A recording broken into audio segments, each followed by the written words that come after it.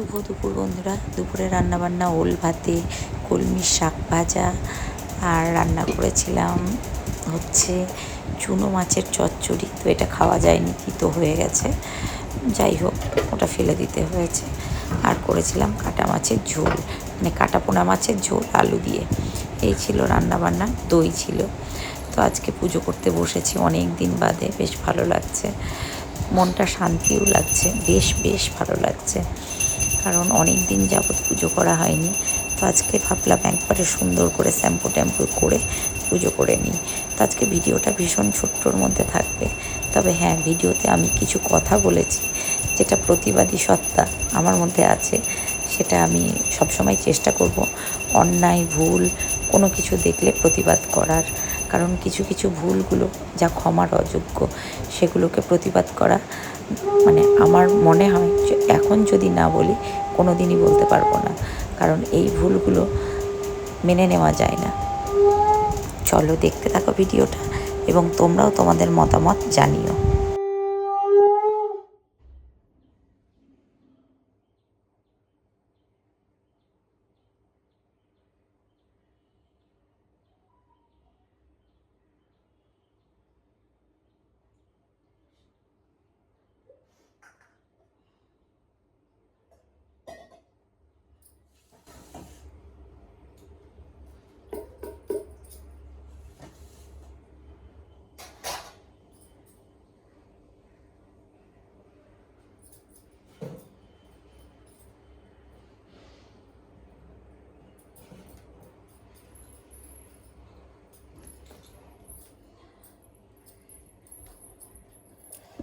শুভ দুপুর বন্ধুরা। আজকে পুজো করলাম, পুজো কমপ্লিট হলো।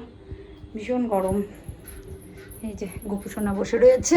আজকে গাছে তেমন একটা ফুল ফোটেনি, ওই একটা করে দিয়েছি, কালকে অনেক ফুল ফুটেছিল। ভোগ দর্শন করিয়ে দিই। ভোগে দিয়েছে হচ্ছে একটু মিষ্টি, যেদিন যেটা গোপু জোটাই গোপকে সেদিন সেটাই নিবেদন করি। এই যে আমার স্নান টান করে আমার সোনা বাবা বসে রয়েছে, অনেক দিন পর পুজো করলাম, বেশ ভালো লাগছে। শুভ দুপুর বন্ধুরা। স্নান পুজো কমপ্লিট, এবার খেতে দেব। আমি আর বাবু খাবো, ওর বাবার খাওয়া কমপ্লিট। আর বাইরে কখনো মেঘ কখনো বৃষ্টি, পড়েই যাচ্ছে। এই জামা কাপড় তুলে নিয়ে আসছি, আবার ঝমঝম করে বৃষ্টি পড়ছে। এই হচ্ছে অবস্থা। অবশ্যই হবে, কারণ এটা শ্রাবণ মাস। শ্রাবণ মাসের আজ 28 তারিখ, শেষের দিকে। তো বাংলার শ্রাবণ মাসের 28 তারিখ, আর ইংরাজির হচ্ছে 15ই আগস্ট। আজকে 15ই আগস্ট শনিবার, একদম ঠিক। বারটা আজকে মনে করে বসেছি। সবাই আমাকে বলে তোমরা যে বার ভুলে যাও। না, আজকে বারটা একদম যথাযথভাবে মনে করে নিয়ে বসেছি। সত্যি কথা, বারটা আমি ভুলে যাই। তো আজ হচ্ছে 15ই আগস্ট। সকাল থেকে সকলে যে যার মতো পেরেছে উদযাপন করেছে। ভালো লাগলো দেখে যে উৎসবের আকারে 15ই আগস্ট এখন পালিত হচ্ছে, বেশ ভালো লাগলো। তো আমরা যখন ছোট ছিলাম সেই সময় 15ই আগস্টটা একটু অন্য রকমভাবে পালিত হতো, এই রকমভাবে নয়। যে প্রদর্শন করছে তাকে বুঝতে হবে যে আমি যেটা প্রদর্শন করছি দর্শকরা ঠিক সেটাকে কিভাবে নিচ্ছে, তাই না?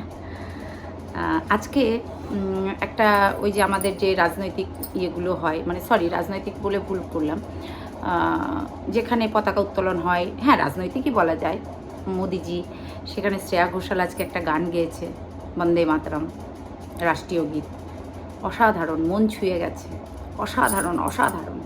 তাদের নৃত্য বলো, ডান্স যারা করেছে, কত্থক করেছে, তারপরে তোমার হচ্ছে যে যেরকম করে, মানে একটা প্রেজেন্টেশন যেটাকে আমি প্রেজেন্ট করব, যেটাকে আমি প্রদর্শন করব, সেটা রুচিশীল হতে হবে প্রথমত হতে হবে রুচিশীল। দ্বিতীয়ত হচ্ছে সেটা দর্শকরা কিভাবে নিচ্ছে, আমাকে দর্শকরা কিভাবে গ্রহণ করছে, সেটা আমাকে বুঝতে হবে। আমার নিজের ইয়েটা রেখে আমাকে চলতে হবে। এবার আসি মহর্ষিদের কথায়। তোমরা সবাই জানো কম বেশি যে আজকে মহান বিপ্লবীরা না থাকলে আমরা এই স্বাধীন ভারতবর্ষে বসে দুবেলা এসির হাওয়া খেয়ে রুটি তরকারি খেতে পারতাম না ঘরের ঠান্ডাতে মেশিন চালিয়ে বসে। তো সেই মনীষীদের জায়গা কোথায় হওয়া উচিত? অবশ্যই উঁচুতে, তাই তো? মনীষীরা সবসময় উঁচুতে বসে, নট নিচুতে। কিছু কিছু পোস্ট দেখছি সাড়ম্বরে পালিত হচ্ছে, খুব ভালো লাগলো দেখে, খুব ভালো লাগলো, ইউনিক পদক্ষেপ, ভালো লাগলো, সাধুবাদ জানাই তাদেরকে। কিন্তু আমি যে মনীষীটাকে বসাচ্ছি, কোথায় তাকে বসাচ্ছি, সেটা আমাকে দেখতে হবে, সেটা আমাকে ভাবতে হবে, বুঝতে হবে যে আমি সেই মনীষীটাকে আজকে জাতির জনক মহাত্মা গান্ধীকে আমি একটা ইটের ওপরে পেপার পেতে বসিয়ে দিলাম না, এইভাবে হয় না। নেতাজি সুভাষচন্দ্র বসু, বীর বিপ্লবী, যার কথা বলতে গেলে আমাদের 10 বার শ্রদ্ধা জানাতে হয়, তারপর সেই কথাটা, তার সম্বন্ধে কোনো কথা আমরা বলি। বীর মহান বিপ্লবী নেতাজি সুভাষচন্দ্র বসু, তার স্থান কোথায় পাচ্ছে? আমরা নিজেরা খুব ভালো ভালো পোশাক পরে গেছি, একদম মানে আলমারি থেকে বের করা শাড়ি, খোপাতে ফুল, লিপস্টিক ফিপস্টিক, দামি দামি কসমেটিক্স ব্যবহার করছি, কিন্তু সেই মনীষীদের জায়গাগুলো কোথায় হচ্ছে? নিচে, মাটিতে। তো দয়া করে সেই সব বন্ধুদের বলবো, যথাযথ সম্মান, যথাযথ রুচিবোধ আর যথাযথভাবে তাদেরকে সেই সম্মানের জায়গাটা না দিয়ে নিজেদের প্রেজেন্ট করার জন্য প্লিজ এরকমভাবে অপসংস্কৃতি ছড়াবেন না সমাজে। এই অপসংস্কৃতিগুলোকে দেখে অনেকেরই গায়ে জ্বালা ধরছে।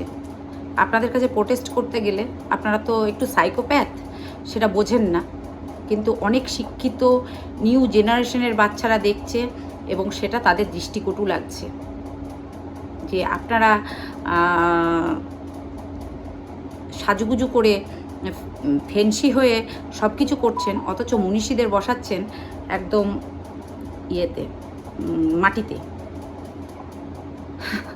হাস্যকর লাগে,